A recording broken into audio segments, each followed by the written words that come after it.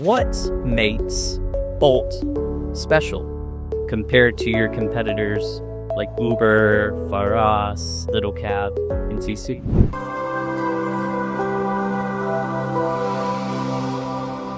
I know safety has been a big topic of conversation across the ride-hailing industry, not just, in regards to Bolt. Yes.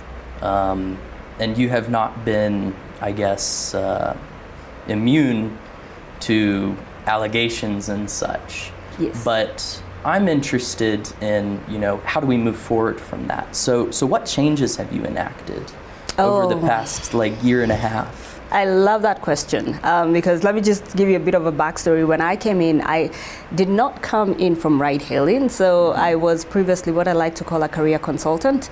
And when I came in, that's when I kind of saw firsthand the ride-hailing industry, the size of the industry in terms of, the number of trips, for example, that happen in an hour, in a day. If you just think about it, all the apps that are live right now, people who are offering the service, people who are using the service, there's a lot. There's many, many people, right? There's a lot of movement. And where there's people, there's emotions, there's good days, there's bad days, and so by extension, safety is affected.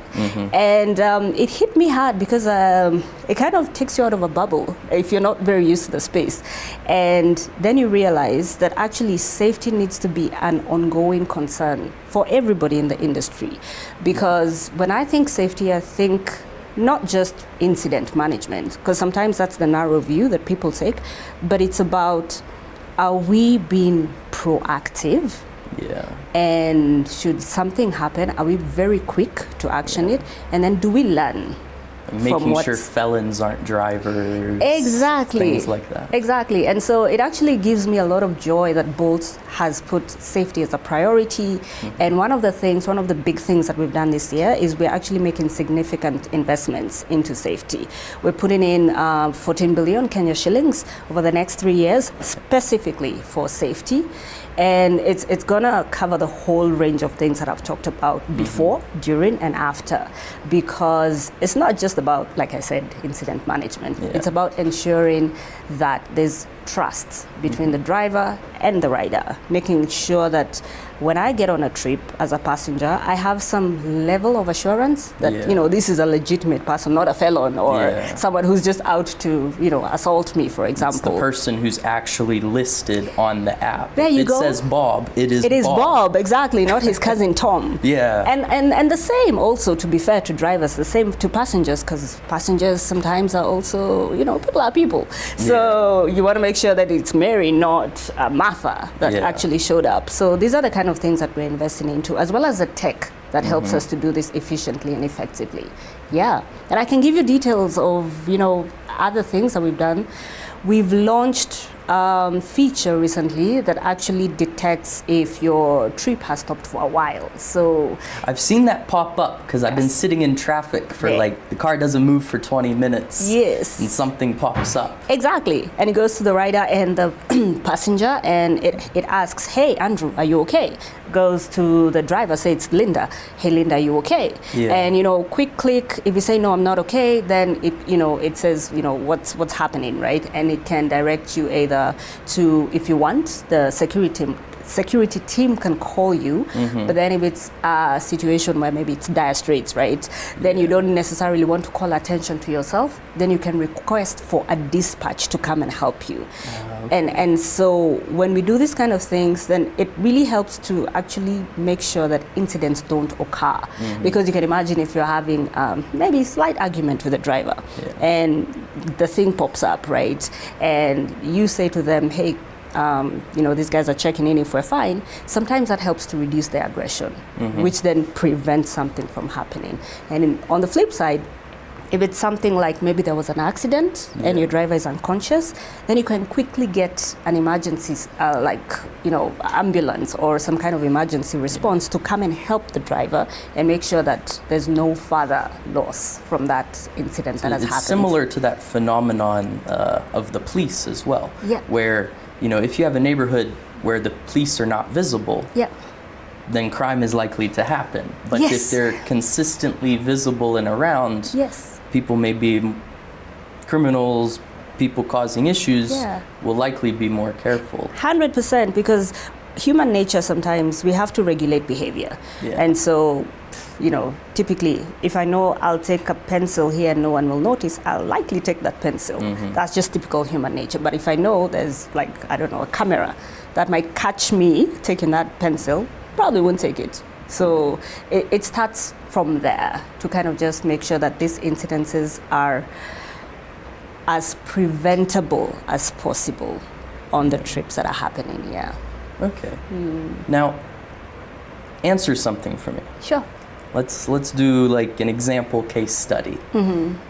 If I'm in a car barreling down Thika superhighway, Yeah. and my driver's driving a bit erratically, maybe he smells of alcohol and such, how would I handle that situation if I ask him to stop and he's like, no, I'm fine, let's keep going? Yeah. What has Bolt put in place to help keep me as a rider safe, but also that driver who probably shouldn't be driving if he smells like alcohol? Yeah, that's true. So in that particular situation, the first thing I would recommend is to go to the SOS button that's live when you're on a trip, both for riders and drivers. And when you go there, it's a quick click, and then there's a question, nature of emergency, and then you can quickly say that it's a security emergency. And we've partnered with one of our security response team called Rescue Co. And so what they do in a case such as this, they dispatch armed response, right? And they can get you in like 5 minutes or less. And so It's in rescue.co such a case, is your partner. Yes. They're an awesome team. I've worked with them They before. They are. Rescue is actually quite, we're happy with their services. And so they provide that for all the trips that happen on the platform. So it's, this one, we would say it's actually a security risk, right? Because this gentleman will end up hurting himself and the passenger, you, in the process. Yeah. And so, again, just going back to what we're talking about, that alone in itself might be enough to make him stop with the erratic driving, because then you can tell him, hey, I've already informed these guys and there's a security dispatch team on the way, and they usually come with a police officer, by the way. Okay. So then, you see, that's already a misdemeanor. There's and added authority. Yes, exactly. And so that would be one of the ways to mitigate that. Yeah. Then the second thing that we always encourage is to report as well. In as much as we receive the reports, through our partners, it's good to have a record of this particular trip. This driver was behaving in such and such a way, because then we're able to help drivers to regulate themselves, right? Maybe he was, he had a drink because he was stressed, and maybe he needs to do some training on how to manage his stress level so that he doesn't bring it when he's offering service. So these kind of things additionally help us to provide support to both the driver and the rider to ensure that these kind of incidences don't come up in future. Okay, and let's flip the situation on the other end. Let's say me as the rider, I'm absolutely belligerent, I'm causing issues. Maybe I just left, Cavalli at 4 a.m. And I'm causing issues. Is the driver's process similar? It is. And another thing actually I would like to add there, what we do for our drivers is we have an unsafe areas prompt. So, if we take your example up a notch higher, right, and say you're coming from an area that we know in the middle of the night or 4 a.m. is not great. It's known for maybe criminal activity. So before that ride, before the driver accepts that ride, he will see a pop-up on the screen saying that, hey, this trip is starting in an area based on our analysis that tends to be unsafe, or this trip is ending in an area based on our analysis that tends to be unsafe at night. So then the driver has the right to make accept a conscious decision about correct that. So they know, okay, well, when I go there, it might be all right or it might not be all right. So those are the things, again, because it's really about, can we even prevent it from happening? Yeah, and then now back to your example, should you be behaving like that, the driver can do the same thing. They can press the SOS button, get the response immediately, and say that, hey, someone is coming, I'm response plus police. And then other things that also help, we find in these kind of situations, is trip sharing. So if you as Andrew, you're going home at 4 a.m., or let's use me as Linda because I'm a girl. I'm going home at 4 a.m. and I'm like, I don't know this person. Let me just share it with Andrew, my friend. Mm-hmm. And typically when this happens, then there's less likelihood of something happening, because then both the driver and the passenger, depending on how you did it, right? Mm-hmm. So if the driver saw me sharing my trip, or someone called me to ask me, hey, I've received your trip, are you okay? That reduces the chances of them doing something, because they know somebody else outside of the two of you actually knows that this trip is happening. Okay, so the driver's notified when you share the trip? No, they're not. Oh. They're not. That's why I said it depends on how you do it. You could do it discreetly, right? If you don't want to, if it's just, say, I've gotten into a trip and I just feel funny. The guy hasn't done anything, right? But I'm just like, I'm not sure, so I can do it discreetly. Okay. But I can also do it in a way that he sees that I've actually informed somebody else that I am on trip. And he can do the same. Okay. Yes. Okay, yes. Interesting. Mm.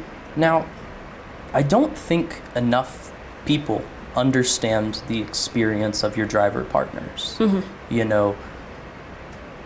Help shed some light for me on when I go and order a trip. Yep. What information are they provided when I order that trip, to help guide their decision? If it's to or from an unsafe area, they're told that. Yes. But are they told how much it is, what the payment option is, maybe where to? Yeah, so we value transparency, because we also, drivers on our platform are entrepreneurs. Everyone is out here just trying to make money and build their business. And so we try and provide as much information as possible, which means that, the driver will see, okay, Andrew's taking a trip. He's moving from, CBD to Riverside. It's a cash trip or it's a card trip, and it's likely going to take 10 minutes. Mm-hmm. And there's even, the mapping, and this is a route that you can use, because sometimes with our new drivers, you don't necessarily know the entire city really well. You probably only know where you live, right? And so there's also a route feature that kind of shows you the best trip route that will avoid traffic, that will, get you where you need to go quick as possible. Yeah. So there's a lot that the driver sees, so that then they can make that informed call on whether I want to do this or not trip. Yeah, basically. Okay, and help me understand discounts as well. Mm-hmm. Because one rumor I've heard from a few people I've ridden with is that the discount comes out of their pocket. Is that true? No, it's not. And I'm actually glad that you brought that up, because every trip discount that is given to a passenger is borne by the organization, and so by that Bolt pays them for that. Oh, okay. Yes. So if the trip was 400 shillings and there's a discount of 50 shillings, the driver will get that 50 shillings from Bolt. Okay. It's not a reduction. Well, actually, that's not the most accurate assessment of that, but in high level, that's what it is, right? Mm-hmm. If the discount was 50 shillings, that is given back to the driver. So why I said it's not the most accurate assessment is because in terms of the price trip structure, there is a split. Mm-hmm. So, the app company gets 18% and the driver gets 82%. So, of course, there's also all those modalities that go into it. But basically, so if you provide a discount, then you probably take your commission out of that discount. Yes, exactly. But top line, all the discounts are actually refunded by the company. Okay. Yes. Well, that changes the narrative completely. Yes, and from that's what also, I've heard. Exactly, and I think that's also why it's important for us to create that awareness, because it's all well and good, for example, if a driver offers a good service and they want a tip after the trip, that's okay. Ask for a tip. But sometimes we find not great behavior where people are trying to elicit sympathy so that they get a bit more at the end of the trip. And I'm that's a not Mzungu. ideal. I understand that completely. Yes, I get a lot exactly. of sympathy, please. Yes, and it's just unprofessional, to be Yeah. honest, because if I offer you a good service, you're likely to want to tip me. So I don't have to, try and play with your emotions so Yeah. that you tip me. See, for me, I've always tried to tip like at that 18%. Yes. To where it's like, hey, the price that it shows you is Yes. actually what you'll end up getting. Exactly. But that's just been my personal philosophy, and Yes. I've been lucky enough to have the money to do that as well. Yes. Awesome. Now, I'm really interested on the topic of background checks as well, kind of looping back to safety. Yes. How stringent are your requirements for background checks, in making sure that, maybe felons aren't driving or, take, for example, a driver who may have used a previous platform or a competitor's platform who's been banned from that platform for poor behavior. Yes. Do you work with other companies to make sure that that doesn't happen? How does the whole background checking process go? Right, so we have a very stringent process because we first and foremost want to make sure we don't have rogue elements on the platform. And so one of the things that we do is everybody, when you're signing up to be a driver, you need to present a valid police clearance certificate. And typically a PCC actually shows your criminal history, if any. So then we can see that.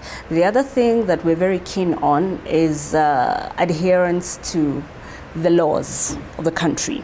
And by that I mean, for you to offer this service, you need to be a driver. You need to be a licensed driver. Yeah. If you're offering it on a car, you need to actually have a PSV license as well. Okay. And so these are all things that we collect from drivers. We ask them to submit as part of the process to just make sure that, one, you're not a rogue element, two, you're in full compliance with the law. And we do the same for the vehicles as well, because then vehicles need an inspection certificate by law. And so we will not accept your vehicle until we are able to validate that it's actually, it has an inspection certificate. And we use different partners and systems to actually just help us with this, including government systems. Okay. So there are systems where you can check if a license is valid or not. And we use all this to just make sure that when we're onboarding our drivers, they are fully documented, and as far as we can reasonably tell, they are reasonable humans who exactly all he wants to do is earn a living, because that's what we're about. We're about creating employment opportunities. We're about opening this up and making sure that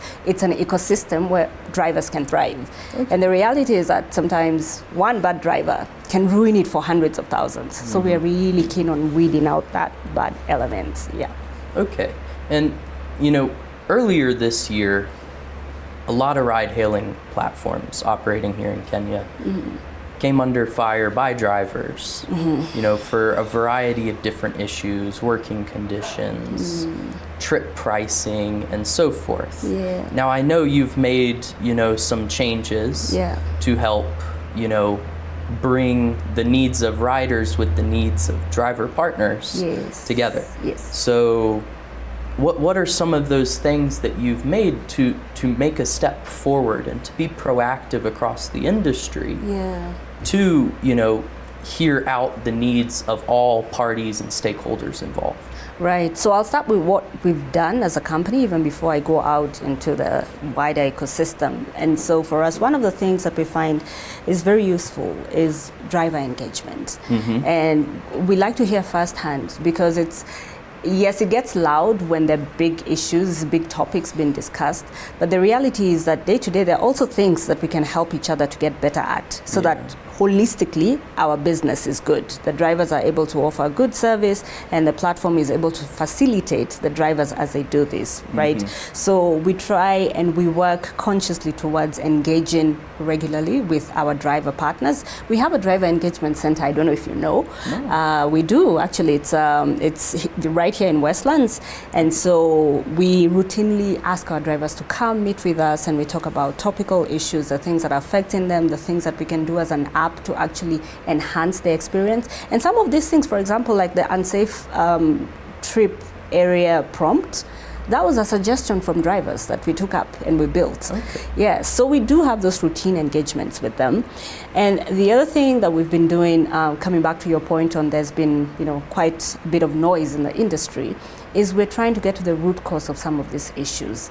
So we talk about pricing, and like we captured earlier, it's very interesting balance in the marketplace, right? Because you need to give something that's at a good price point for passengers as well as drivers. And then you got fuel, insurance, operating costs, all these things, right? Supply demand. Yes, and so for us, some of the things that we're trying to do is understand what's the root cause, right?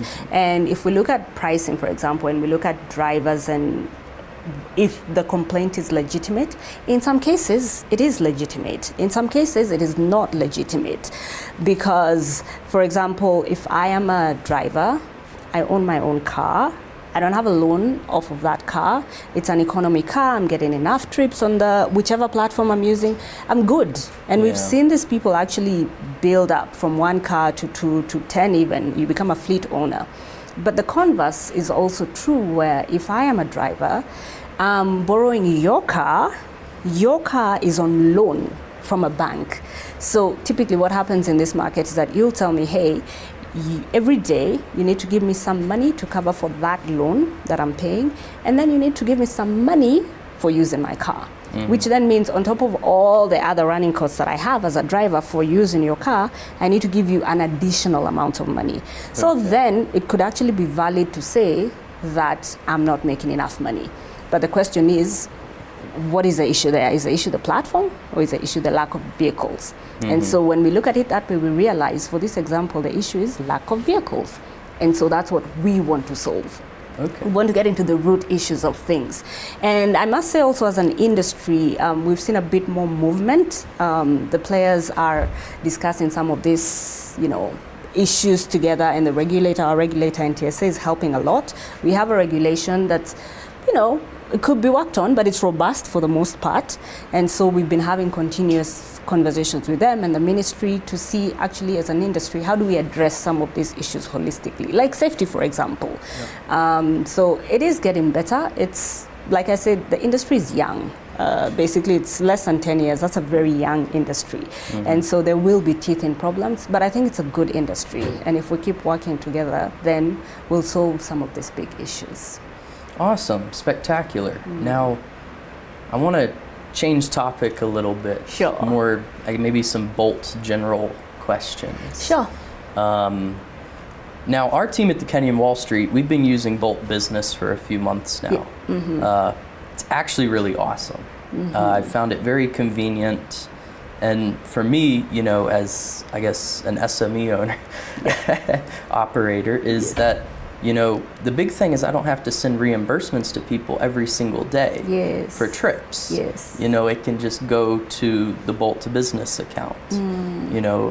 Today coming here, I'm sure the whole team used Bolt to Business.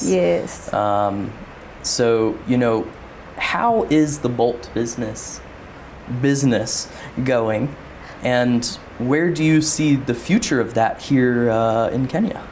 So I'm glad you use Bolt Business. We're very excited about Bolt Business because, like you said, it eliminates the headache for the SME owner, for example, the management team. Saves me hours. There you go. Of having to track, okay, my 50 employees, who went today, where did they go, where are the receipts? It says your accountant, let's say that, right? And yourself also. So that's one of the biggest use cases that actually led us to launching Bolt Business. It's going really well, and we see a need for it because, again, for us, it's really how can we ease the burden of transportation.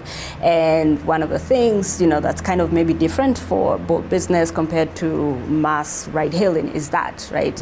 Payments at the end of the month. We also do a vetting, I would say, or a kind of upgrade on the driver's side, where if you're riding Bolt Business, then you get the best of the best. Your salesperson mentioned that to us when we were signing up, was that they're above a certain rating. Exactly. People with a propensity to take more card trips. Yes, exactly. Because even as we build this up, it's more catered for business clients. Yeah. And so what we want to do, we do believe that we have really good drivers, especially after we went through, a massive compliance exercise. So we're very confident in our quality levels when it comes to drivers. But now for Bolt Business, we want to offer best of the best. So we want to offer the ladies and the gentlemen who will not only just meet bare minimum in terms of service quality, but they'll go the extra mile. So they won't, start saying, oh, why is this not a cash trip, for example? And not only that, they'll be nice to you when you're taking the trip. They'll probably smile, they'll say good morning.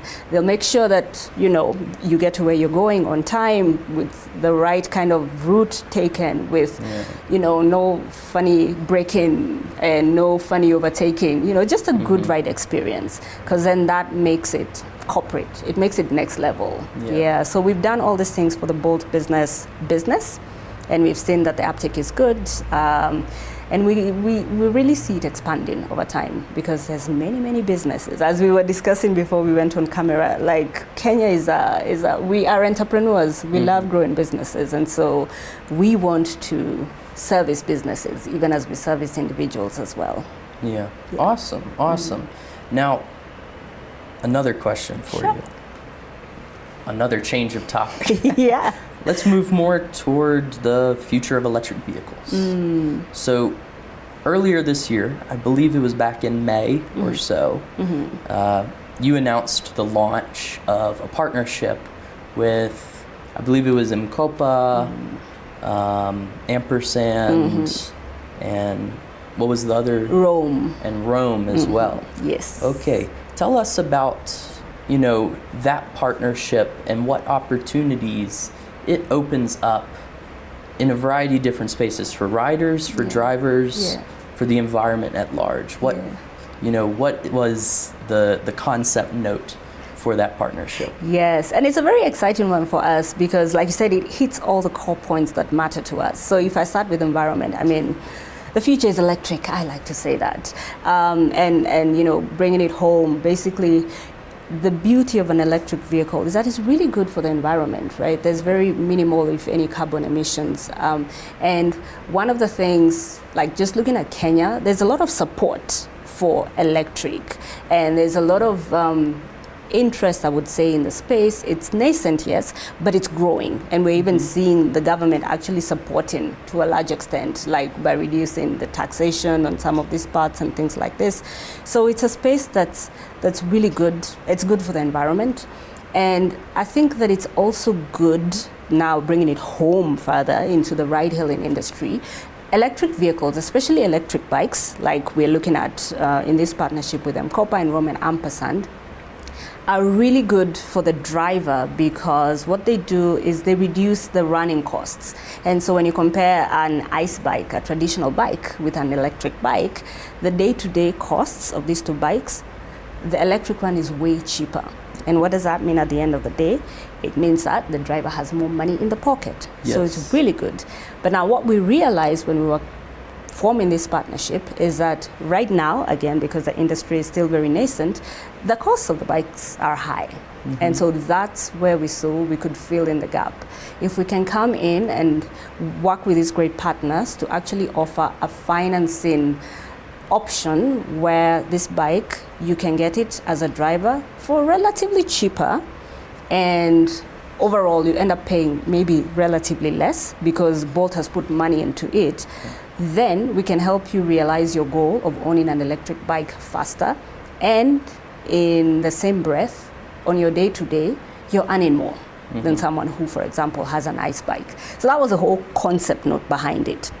And the other thing actually that comes out of it is if the running costs of this bike is cheaper, that means the price point can also be better for the passenger.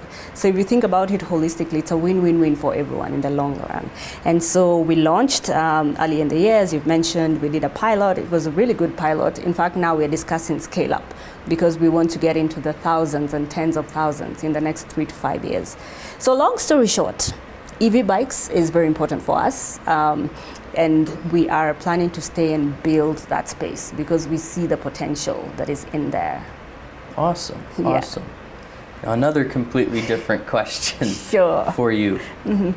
Bolt is from Estonia Yes. originally. Have you been to Estonia? I have been to Estonia. How is it? It's really not what I expected, actually. Okay.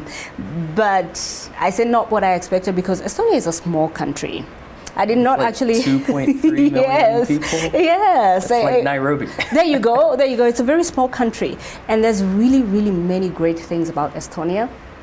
Like, for example, random fact: you can leave your laptop here and go away and come back tomorrow, and you'll find your laptop there. And I mean, I'm Kenyan. It's not going to happen in Nairobi. Yes. Let's be honest.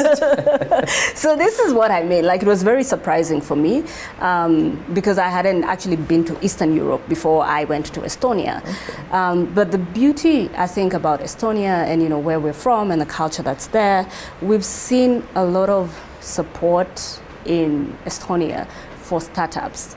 There's lots of unicorns that have come from Estonia. What? Skype, I believe. Yes, Wise. yes. Pipedrive. Yes. Many other great Yeah. companies that have come out of Estonia, Bolt included. Exactly. So, I think you're getting ready to answer my question. What makes Estonia special? There you go. Because that was the question for me. I'm like, this is a small country. It's not way developed than Kenya, for example, but it's not the most developed, you know, European country, for example. But it's doing all these great things, especially in the tech space. And that piqued my interest. And a couple of things that I've learned over the times that I've been there and working at Bolt is there's very strong government support, first of all. There's very strong tech programs for young people. And so there's that space for businesses to thrive in the tech space in Estonia.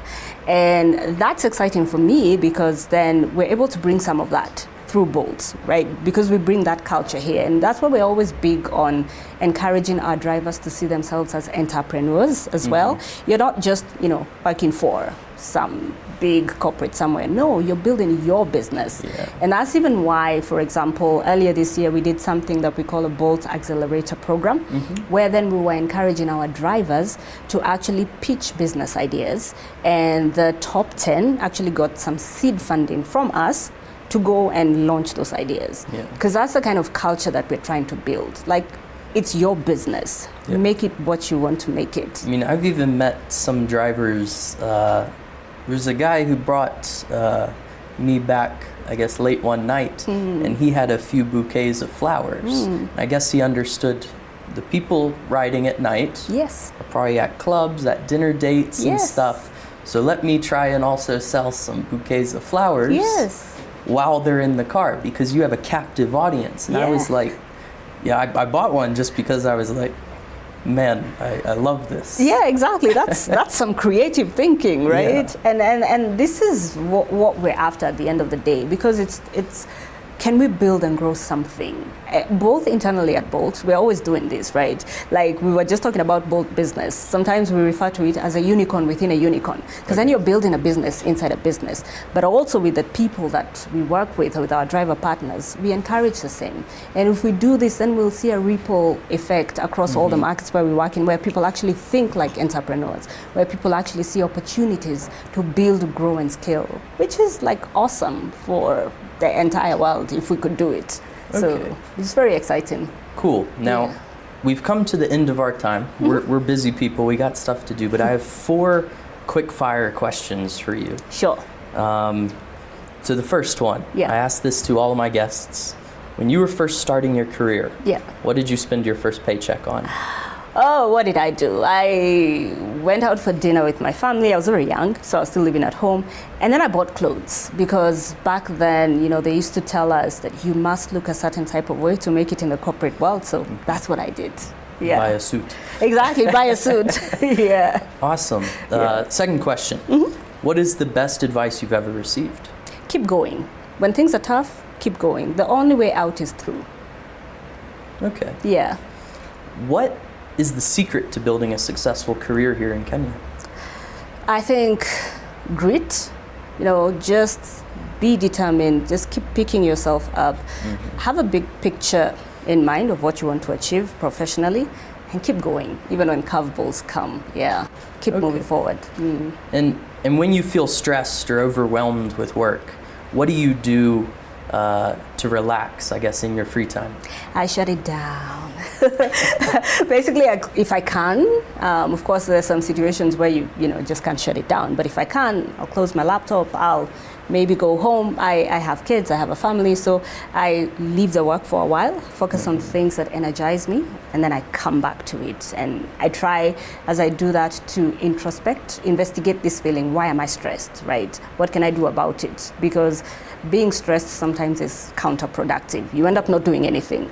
So I find that if I question this emotion that I'm feeling and try to understand, okay, am I worried about the worst thing that could happen? What is this worst thing? Can I do something to make sure that it doesn't happen? Then I'm able to counter it and figure it out. Awesome. Yeah. Well, Linda, thank you so much for your time today. It's been a pleasure speaking with you and learning more about Bolt. Sure, it's been lovely being here. Thank you for having me. Yeah, thank you. Thank you very much. Cool.